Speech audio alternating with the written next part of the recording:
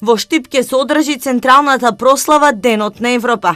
Во присуство на амбасадорот на Европската унија Самуел Жбогар, преседателот на влада Зоран Заев и градоначалникот на Штип Благој Бочварски, свечено ќе се отвори ЕУ паркот, во чии рамки ќе се одржат презентации на сите земји членки на Европската унија.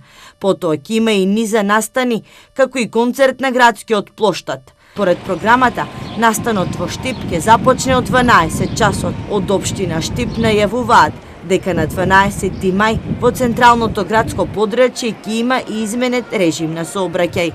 На 12 мај, во периодот од 8 часот наутро до 12 часот на полнок, се воведува привремена измена на режимот на сообраќај на улица Маршал Тито, односно од спојот со улица Јосиф Ковачев, кај така наречениот Влашки мост, до мостот кај хотел Оаза.